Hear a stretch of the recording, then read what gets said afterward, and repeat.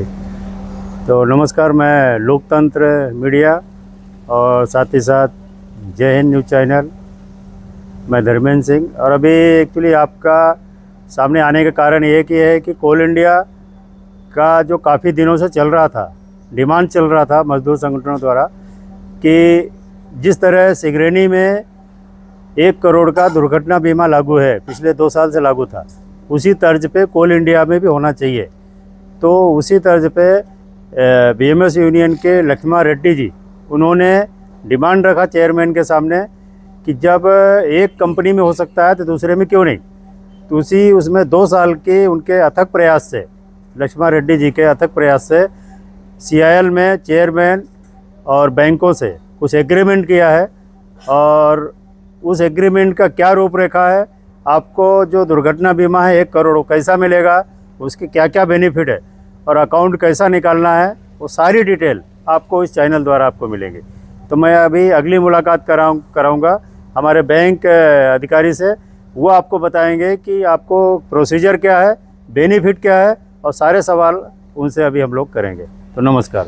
अभी आप बताइए कि हमारे कामगारों को कि ये जो सीआईएल है और बैंक का किस रूप में क्या एग्रीमेंट हुआ है। बहुत बहुत धन्यवाद सिंह सर। हम सब चंद्रपुर से आए हुए हैं और कोल इंडिया का और स्टेट बैंक का सितंबर के मध्य में एक एमओयू साइन हुआ है। एमओयू में स्टेट बैंक ने जो सैलरी पैकेज जो पहले से था कोल इंडिया के साथ में, उसमें बहुत ज़्यादा अपडेशंस लाए हैं।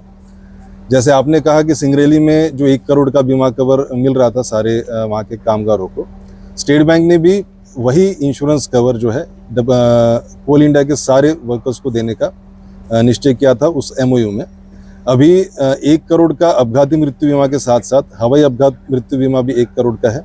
साथ ही साथ अगर किसी को अपघात के दौरान परमानेंट डिसेबिलिटी अगर आ जाती है, पूर्णतः अपंगत्व जिसमें हम कहेंगे, तो उसमें भी 1 करोड़ रुपए का बीमा कवर है। साथ ही साथ अगर पार्शियल डिसेबिलिटी अगर हो जाता है, शरीर का कोई हिस्सा अगर निष्क्रिय हो जाता है अपघात में, तो ऐसे केस में भी उनकी मृत्यु ना होने पर 80 लाख रुपए तक का बीमा कवर है।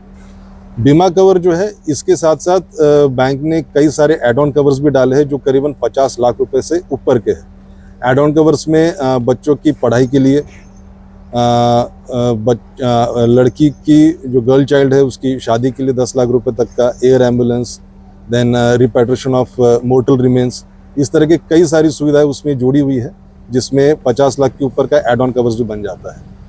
स्टेट बैंक ने सिर्फ एम्प्लॉयज़ के बारे में ही नहीं सोचा, इसके अलावा स्टेट बैंक ने एसबीआई रिश्ते का एक ऐसा फीचर इसमें डाला हुआ है कि जो कोई कोल इंडिया लिमिटेड के कामगार काम कर रहे हैं अपने कोल इंडिया के साथ में, उनके परिवार के 4 सदस्यों को स्टेट बैंक की तरफ से जो सारी सुविधाएं कोल इंडिया के वर्कर को मिल रही है, वही सारी सुविधाएं हम उनके परिवारजनों को भी दे रहे हैं, 4 लोगों को। साथ ही साथ उसमें इंश्योरेंस कवर, जिसकी उम्र 18 साल से ऊपर की है, उनको 5 लाख का अपघाती मृत्यु बीमा भी हम दे रहे हैं। सैलरी पैकेज जो है ये स्टेट बैंक का एक one of the finest product है। इसमें कई सारी चीज़ों को बैंक ने मद्देनज़र रखते हुए जो लाइफस्टाइल प्रोडक्ट्स है उसमें भी कई सारी इसमें चीज़ें डाली हुई है। जैसे अमेज़ॉन का 1 साल का मेंबरशिप है, स्विगी का मेंबरशिप है, जिम, स्पा, इस तरह के मेंबरशिप्स है, बुक माई शो, मेक माई ट्रिप, इन सारी चीज़ों का है और बड़े आसानी से इसको अवेल भी किया जा सकता है। स्टेट बैंक सबसे पारदर्शक बैंक है। हमारा बैंक का जो वेबसाइट है bank.sbi, इसमें पूरा सैलरी पैकेज का विवरण दिया हुआ है और कहीं भी किसी भी तरह की कोई छुपी हुई चीज़ स्टेट बैंक कभी रखती नहीं है, सारा चीज़ें पारदर्शक है।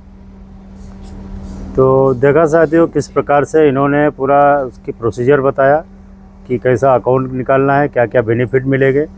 और उसी कड़ी में कुछ उनसे सवाल करेंगे हम लोग, क्योंकि आप लोगों के दिमाग में चल रहा होगा बहुत सारे सवाल कि पैसा कौन देगा, अकाउंट तो निकाल लेंगे, कम ज़्यादा होगा तो इसके जिम्मेदार कौन लेगा। तो एक बात बताइए सर, जैसा मान लीजिए हमारे कामगार ने आपके यहाँ अकाउंट निकाल लिया जी सर, और उसको कुछ साल के बाद, कुछ महीनों के बाद अचानक उसका दुर्घटना होती है, तो पहले तो बताइए कि उस दुर्घटना, ये जो अपना बीमा दुर्घटना है, इसमें कौन कौन से कंडीशन में पैसा मिलेगा। जैसा रोड एक्सीडेंट, माइंस में एक्सीडेंट, है ना, तो कुछ कंडीशन है क्या इसमें कि ऐसा ही होना चाहिए। देखिए, एक्सीडेंटल डेथ जो है इसका कारण बाह्य सोर्स होना चाहिए। अच्छा। अगर बाह्य सोर्स से अगर किसी का अपघाती मृत्यु बीमा हो जाता है, अब बाह्य सोर्स मतलब रोड एक्सीडेंट हो जाए या काम करते हुए मृत्यु हो जाए या सांप ने काट लिया या बिजली गिर जाए, तो इस तरह के बाह्य सोर्स से जिस पर हमारा कोई नियंत्रण नहीं है, उस सोर्स से अगर एक्सीडेंटली अगर डेथ हो जाती है, तो ऐसे केस में जो नॉमिनी है, उनके खाते में जो कोई नॉमिनी है, वारसदार है, उनको 3 महीने के अंदर बैंक में सूचना देनी पड़ेगी। अगर वो सूचना देते हैं कि ये व्यक्ति जो कोल इंडिया में कार्यरत थे, इनकी अपघाती मृत्यु हो चुकी है, तो ऐसे 3 महीने के अंदर अगर उन्होंने इंटीमेट कर दिया, तो उसके बाद हमारा प्रोसीजर शुरू हो जाता है। और प्रोसीजर में बहुत ही कम डॉक्यूमेंट्स की ज़रूरत हम रखते हैं, जैसे कि डेथ सर्टिफिकेट, पुलिस का पंचनामा, KYC, वारसदार का खाते नंबर, इन सारी चीज़ों को मिलाने के बाद में जो डॉक्यूमेंट्स है वो ब्रांच में भरे जाते हैं और हम उसको आगे जाके डिस्पैच करते हैं और 15 से 20 दिन के अंदर वो पैसा वारसदार के खाते में आ जाता है। तो प्रोसीजर बहुत ही सीधी और साफ़ सुथरी है। और अपघाती मृत्यु बीमा या कोई भी बीमा हो, ये कोई भी बैंक दे, जो सेटलमेंट रेशो है, सेटलमेंट रेशो पर ही उसकी क्या कहते हैं कैपेसिटी को हमें जानना चाहिए। हमारा 98.9% का सेटलमेंट रेशो है, जो कि पूरे इंडस्ट्री में सबसे ज़्यादा है। और इतना ज़्यादा सेटलमेंट रेशो होने का कारण है कि हम किसी तरह का कोई छुपा हुआ चीज़ इसमें रखा नहीं है, जो कुछ है आमने सामने है। और जो एक आध दो चीज़ आती है जहाँ पर कॉम्प्लिकेशंस है, को डॉक्टर के सर्टिफिकेट में कॉम्प्लिकेशंस आते हैं, ऐसी बहुत ही कम जो है रिजेक्शंस आते हैं। नहीं तो लगभग 98.9%, 90% की अगर हम बात करें तो लगभग सारी क्लेम्स हमने अभी तक के सेटल किए हुए हैं। तो अभी और एक सवाल था कि जैसा ये तो हो गया CIL और बैंक का जो भी एग्रीमेंट था, नेचुरल डेथ पे आप एक्स्ट्रा बेनिफिट क्या दे रहे हैं? जैसे मान लो किसी का हार्ट कल बीमारियाँ चल रही, अटैक हो गया या कोई बीमारी से हुआ, उस पर कुछ बेनिफिट है क्या? सर फिलहाल जो MOU साइन हुआ है, इसमें इस तरह का कोई विवरण दिया हुआ नहीं है, लेकिन नेचुरल डेथ जो है इस पर ये विचाराधीन है। हमारा टॉप मैनेजमेंट जो है इस पर भी विचार कर रहा है और हम ऐसे कोशिश कर रहे हैं कि कम से कम 10 लाख का जो है नेचुरल डेथ का जो टर्म इंश्योरेंस प्लान है, हम उसे लागू करें इस सैलरी पैकेज में। अगर वो हो जाता है एक बार साइन, तो किसी को कुछ करने की ज़रूरत नहीं। जिस किसी का सैलरी पैकेज में अकाउंट रहेगा, उसमें अपने आप वो ऑटो बिल्ट में आ जाएगा और वो सारे लोगों को लागू हो जाएगा। तो अभी जो कोल इंडिया का है 1 करोड़ का ही है कि और कुछ आगे पीछे कम ज़्यादा? फिलहाल जो MOU साइन हुआ है उसमें 1 करोड़ का अपघाती मृत्यु 1 करोड़ का ही। दूसरा सवाल ये था कि इसका जिम्मेदारी कौन लेगा? कोल इंडिया लेगी कि बैंक लेगी? इसका जो पैसा 1 करोड़ रुपए कौन देगा? बैंक देगा कि कंपनी देगी? जैसे कि सैलरी पैकेज के जो कस्टमर्स है, ये स्टेट बैंक के साथ जुड़ने के बाद में वो हमारे कस्टमर्स हो जाते हैं। और हमारे कस्टमर्स के साथ में जो कोई हमने टाइप किया है कोल इंडिया के माध्यम से, तो इसमें जो भी कुछ फॉर्मेलिटी रहेगी वो सिर्फ और सिर्फ स्टेट बैंक ही करेगा। मैनेजमेंट का इसमें किसी तरह का कोई रोल नहीं रहेगा। और स्टेट बैंक के पास में जिस तरह से डॉक्यूमेंट्स अगर आ जाते हैं, तो सीधा वारसदार और बैंक इन्हीं के बीच में सारी चीज़ें होगी और वारसदार को सारा पैसा जो है वो मुहैया कराया जाएगा। तो इसका कुछ पैसा वैसा कामगार को देना पड़ेगा कि आगे चल जैसे अकाउंट तो निकाल लिया, फिर उसमें रहेगा कि आपका इतना चार्ज देना पड़ेगा, इसका प्रोसेसिंग फी देना पड़ेगा, ये भी कुछ रहेगा क्या? सर ये बहुत अच्छी तरह की बात आपने पूछी है। कई सारे बैंक के साथ में कोल इंडिया का टाइप हुआ है, MOU साइन हुआ है। स्टेट बैंक ने आज तक के किसी तरह की कोई भी चीज़ हिडन या छुपी हुई रखी नहीं है। ये सारी की सारी फैसिलिटीज़ बिल्कुल मुफ्त है, इसमें 1 रुपये का भी कोई चार्ज किसी को देने की ज़रूरत नहीं है और ना ही किसी तरह का एवरेज बैलेंस मेंटेन करने की ज़रूरत है। कुछ बैंक्स का हमने इस तरह से सुना भी है कि वो एवरेज बैलेंस मेंटेन करने के लिए जोर देता है। हमारे इस तरह का कुछ नहीं है। 30 दिनों बैलेंस जो है हमारे यहाँ पे जीरो रहेगा। जीरो बैलेंस रहेगा। अगर 30 दिन के महीने में अगर 1 दिन आपका पगार आता है, बाकी 29 दिन अगर आपके अकाउंट में जीरो बैलेंस रहता है, तब भी ये सारी की सारी सुविधाएं सबको लागू रहेगी। तो और एक बात थी कि जैसा मान लीजिए आपके यहाँ कोई अकाउंट निकाला कोई व्यक्ति ने और उसको, क्योंकि कामगार का ऐसा बहुत सारे लोग मनमौजी रहते, उनको नहीं पता, दूर बहुत सारे लोगों को इतनी जानकारी नहीं रहती। अकाउंट आपके यहाँ निकाल लिया, फिर उसको किसी ने मोटिवेट किया, यार हमारी बैंक में आइए, हम उनसे ज़्यादा दे रहे, तो उस कंडीशन में जैसा आपके यहाँ सैलरी अकाउंट है और दूसरी तरफ चला गया, ट्रांसफ़र हो गया, तो वो आपकी बैंक उसमें आपके यहाँ तो उसका रिकॉर्ड आ गया और वहाँ भी निकाला, तो उसमें उस कंडीशन में जिम्मेदारी किसकी रहेगी? सर जहाँ पे आखिरी जहाँ सैलरी अकाउंट ट्रांसफ़र होगा। नहीं, जहाँ पे आखिरी सैलरी जमा हुई। अच्छा, हाँ हाँ, ठीक है। सैलरी अकाउंट का मतलब आपके अकाउंट में सैलरी जमा होती रहेगी। रेगुलर सैलरी जमा होनी चाहिए। अच्छा, अगर इन केस रेगुलर मतलब जैसे आपके यहाँ तो बाकी जो चीजें बाकी फैसिलिटीज अपने आप सीज हो जाएगी, उसका फायदा उसको नहीं होगा। मान लीजिए जैसे किसी ने मान लो जनवरी में आपके यहाँ अकाउंट निकाला और वो अप्रैल मई में क्या किया, उसने दूसरी बैंक में गया, तो मई में मान लीजिए उसके साथ दुर्घटना होती है, तो उसी पीरियड में जहाँ सैलरी जमा होगी जी हाँ, वो बेनिफिट देगा। जी हाँ। ऐसा, तो ये बहुत सारी बारीक बारीक जानकारी आपको मिली है। और दूसरा और एक था कि जैसा कुछ लोगों का रहता है कि जैसे अकाउंट तो हम निकाल लेंगे, सब लेंगे, कि एक जो पूछना नहीं चाहिए इस वीडियो में, लेकिन थोड़ा सा जानकारी पब्लिक के लिए चाहिए जी जी। कि एसबीआई की सर्विस जो है ऑफलाइन, वो सर्विस से काफ़ी लोग दुखी रहते हैं। जैसे मैं भी कैसी बात किया कि एसबीआई तो यार बोले वहाँ समय बहुत लगता है ना, और लोग समय नहीं देते, जानकारी नहीं देते, तो सर्विस के बारे में आप क्या बोलेंगे? सर स्टेट बैंक जो है ये भारत की सबसे बड़ी बैंक, सिर्फ भारत की नहीं तो विश्व के 500 फॉर्चून जो ग्लोबल कंपनीज है उसमें भी स्टेट बैंक की गिनती होती है, और भारत की एकमात्र बैंक जो फॉर्चून 500 कंपनीज में आती है। हमारा जो कस्टमर बेस है ये 50 करोड़ के ऊपर का है, यानी करीबन हम देश की आधी जनसंख्या को बैंकिंग की सेवा मुहैया करा रहे हैं। तो क्योंकि ये बैंक हर कोई अपना समझ के हमारे पास में आता है, छोटे से छोटा और बड़े से बड़ा कस्टमर हमारे साथ में जुड़ा हुआ है, तो बैंक में भीड़ भाड़ बहुत ज़्यादा है, और जो भीड़ हमारे पास में है ये हमारी ताकत है, ये हमारी स्ट्रेंथ है। तो हम कभी नहीं चाहेंगे कि हमारे कस्टमर्स हमसे कम हो। जहाँ के कस्टमर्स कम हैं वहाँ पर पर्सनलाइज सर्विसेज दी जाती है। हमारे पास में भले ही कस्टमर बेस जितना भी बड़ा हो, लेकिन स्टेट बैंक ने अपनी टेक्नोलॉजी को इतना ज़्यादा स्ट्रॉन्ग किया हुआ है कि जो हमारा यूनो नाम का जो ऐप है, ये ऐप बहुत ही ज़्यादा सिक्योर्ड है, और बैंक के करीबन 99% काम आप यूनो ऐप पे कर सकते हैं। तो जो कोई व्यक्ति एंड्रॉयड मोबाइल चलाता है, जो व्हाट्सअप फेसबुक चलाता है, उतना ही आसान है यूनो ऐप को चलाना। हमें सिर्फ हमारे जो क्रेडेंशियल्स जो है, यूज़र आईडी, पासवर्ड्स, ये किसी से साझा नहीं करने हैं, ओटीपी किसी से साझा नहीं करना है।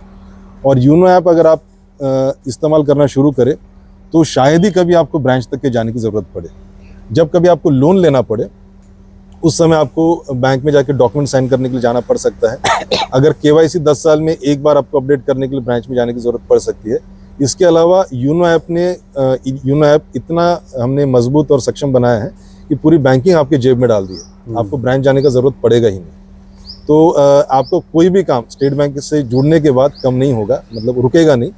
और यूनो ऐप की अगर आपको जानकारी चाहिए तो आप ब्रांच में जाए, हमारे जो टीम है, ब्रांच की जो स्टाफ है, आज अगर आप देखेंगे हमारी सारी की सारी ब्रांचेस रिनोवेट हुई है, वर्ल्ड क्लास लुक सारे ब्रांचेस को आया है, चाहे छोटे से छोटे गांव में हो, बड़े से बड़े शहर में क्यों ना हो।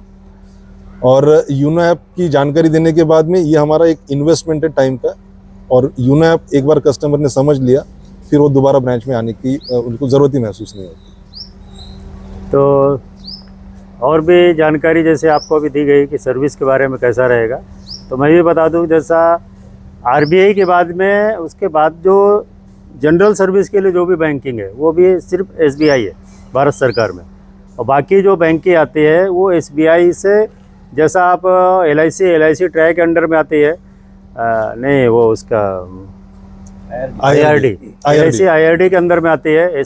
उसके अंदर में बहुत सारे जितने प्राइवेट हो सभी हो, सब उसके अंडर में आती है। वैसे एसबीआई के अंडर में बहुत सारी जो बैंकें हैं वो आती है, और जो सैलरी अकाउंट में निकालना है तो कहीं गुमराह नहीं होना है। जो कंपनी के साथ में टाई अप हुआ है 5 बैंकों का, आप उसी बैंकों का देखिए, इधर उधर कहीं जाना नहीं।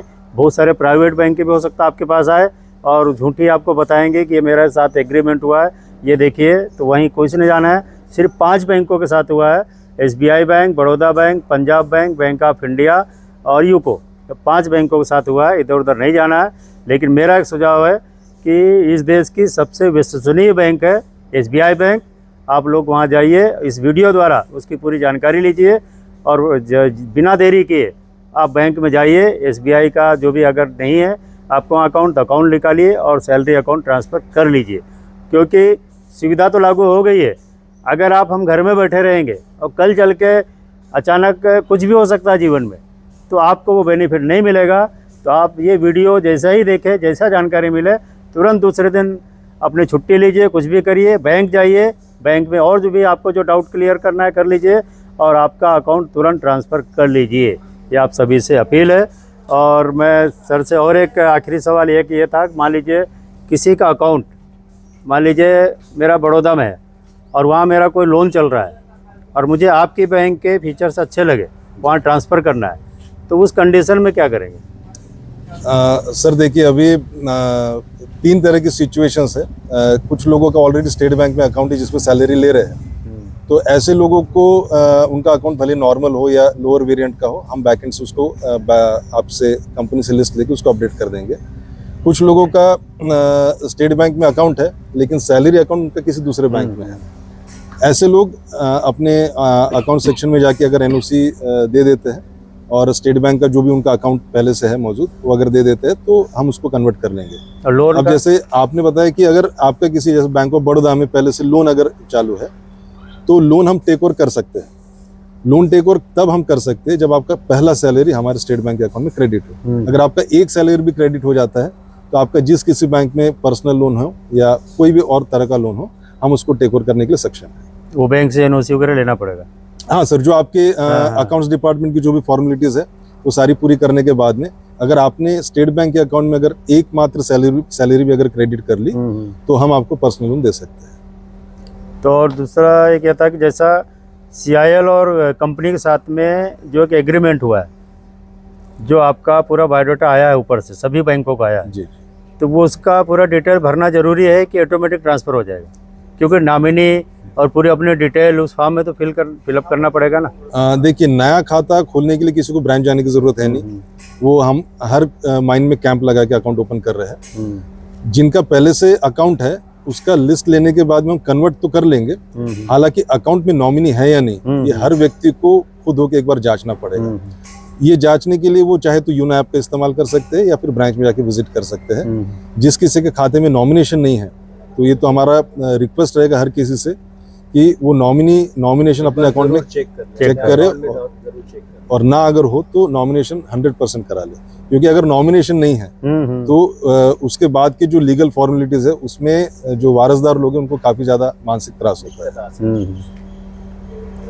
तो ये सब पूरी जानकारी है और मैं उम्मीद करता हूँ कि जो नेचुरल डेथ पे जो 10 लाख बोला सर ने अभी, वो भी बैंक जल्दी ही लाएगी रेगुलर में, कि जैसा बाकी बैंक वाले भी सुविधा दे रहे हैं, सब अपना अपना व्यवसाय करते हैं। तो आप लोगों ने देखा किस तरह आपको जानकारी दी गई। मैं SBI पूरी टीम को धन्यवाद देता हूं कि आप लोगों के यहाँ के हमारे को सर्विस दिया, जानकारी दी, और उम्मीद करता हूं कि दिनों दिन SBI की सर्विस का जो लोगों में थोड़ा सा डाउट है, गलतफहमियां हैं, तो वो थोड़ा सा सर्विस पे सुधार होगा। मैं इन लोगों से विनती करता हूं कि सर्विस पे थोड़ा सा सुधार किया जाए।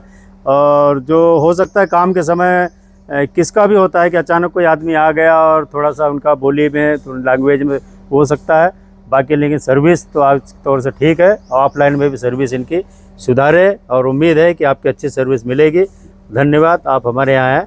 जय हिंद, जय भारत, जय बहुत महाराष्ट्र। बहुत धन्यवाद sir, thank you very much. हो गया।